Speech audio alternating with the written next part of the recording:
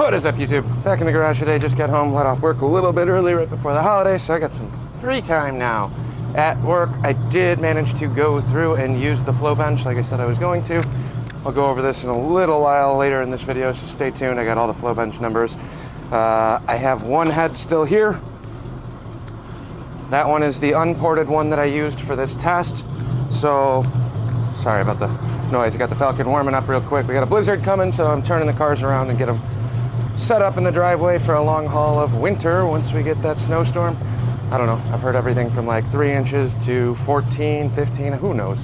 Does anybody actually know what's going to happen with the weather? I actually close that for right now.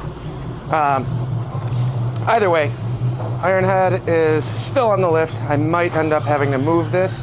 I don't really want to because I have parts laid out all over this table. But on the heads, this is the stock head back from work today with one set of the valves here. Those can go back in the box for now because I'm not doing anything with these. However, here's the stock head, unported, untouched. This is what I'm going to be grinding up next. So the flow numbers, and I'll go further into detail on that, but the flow numbers that we have on the heads, it did give me a comparison of a before and after head to head. Now the problem with that is no heads are the same, and comparing a front head to a rear head is going to also give me obscured numbers, but at least just to get a general idea of where I'm at and see if I made any improvements, which, shocker, it did.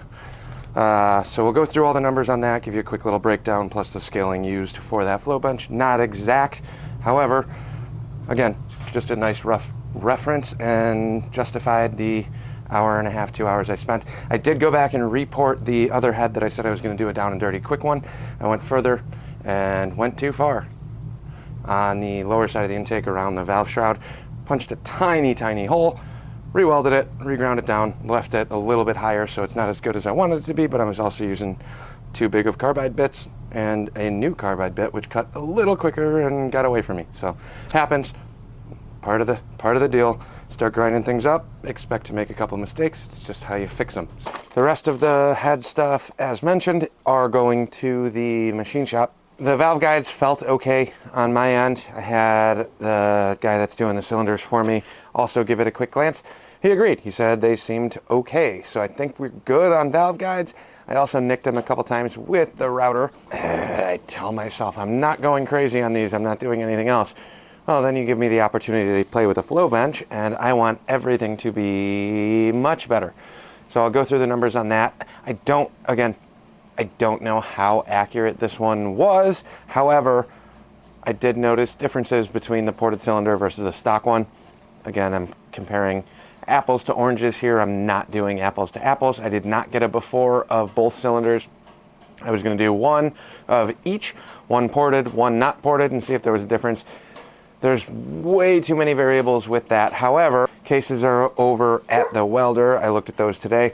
He wanted me to do a little bit more blasting on some parts of those. We also broke them way more, so take a look at the shorts. You'll see 2 sets of Ironhead cases that are completely destroyed, but sometimes you need to break them worse in order to build them back up. I'm waiting on cases. Cylinders are at the machine shop getting bored over, and I dropped off the ported head to get just a quick valve job, nothing crazy. But he's going to do some valve cutting on those heads for me while I finish up the head that's sitting on the bench over there. So I will 100% be doing that. I don't know if I'm going to put that on video because I gave you one head. It's pretty much the same thing on the other one. When I get that head back, I will show you where I messed up and overground too far. It happens. Like I said, I have no qualms about it. It was broken, completely ruined, and fixed in the same day. Let me go back to the number page. Hopefully it kind of makes sense, and I'll walk you through my rhyme and reason of making this work. So voiceovers make me really uncomfortable. If I'm holding this and it moves a little bit, it's a lot easier on my end.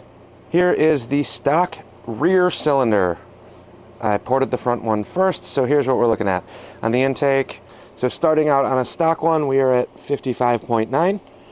Starting 189.9, finishing at 450 lift. I do have, I'll show you guys this one. P-cams, factory P-cams. Factory P-cams, if I remember correctly, are a 400 lift cam. So anything past 400 is kind of irrelevant. But we start out at 55.9 on the intake, 189.9 on the exhaust. Here's the ported front cylinder. We're at 61.5 versus 55.9. So that's a roughly 56. So figure 5.5 CFM increase going to the ported cylinder. We end at 192.5, 189.9. So we picked up a little bit more, 2.5 on the high end. This is high RPM. In my head, and correct me if I'm wrong, because I'm just running numbers in my head and trying to figure all this out. I don't know what's right or wrong. The low lift numbers, to me, are much more significant than the high lift numbers, because if I remember correctly, and my understanding of how motors work, you're going to hit these low lift numbers twice for every one that you will hit on the high lift. If that kind of sort of makes sense, low lift is going to be your constant. So starting out again, 55.9, so 56, 61.5. Improvement. Same thing on the exhaust. We're at 44.6 on the exhaust, 52.1. Pretty big increase on the low lift numbers. At the midpoint, we do kind of level off here. So let's look at 300 lift, where it's 164.9, so 165. At 300 on the ported ones, 165 to 163. So I actually went down a little there. And I don't know if it's because I overported. I definitely went bigger than I initially planned. I'm going to report this stock head, so I have a stock to ported number that I'll update, but I won't be there for 2 weeks. So that's kind of where we're at. I'm going to leave this video off there. It's kind of a short little update. There's not a lot of action things happening, but I did promise sheet and scales and numbers. Thanks for watching. Please like, comment, subscribe, all of those fun things. I'm trying to hit that 500 mark. More porting videos the wrong way. So I found my other one, fresh one, rounded head. Should go a little bit better than the other one. Also, not the right tool to be using for Harley heads unless I'm doing the outside bores. Works awesome on the outer edge of the intake and exhaust port, inside behind the bowls. This sucks. Whatever.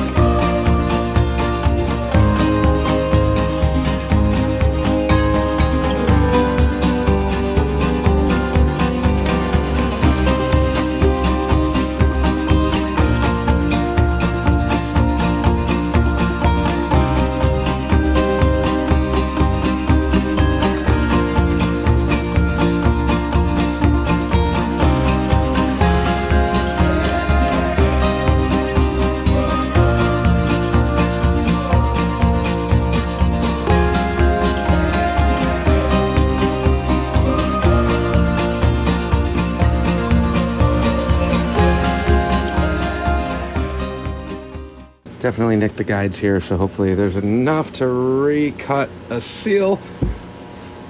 Is what it is. Intake, I'll come out and do that in the morning. But at this juncture, this bike's kind of taking on a new variation of what my expectations were to where it's gonna go. We'll reflow bench these after the new year, so that might be a couple weeks on that video.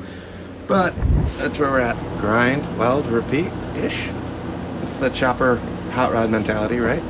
Catch you guys later.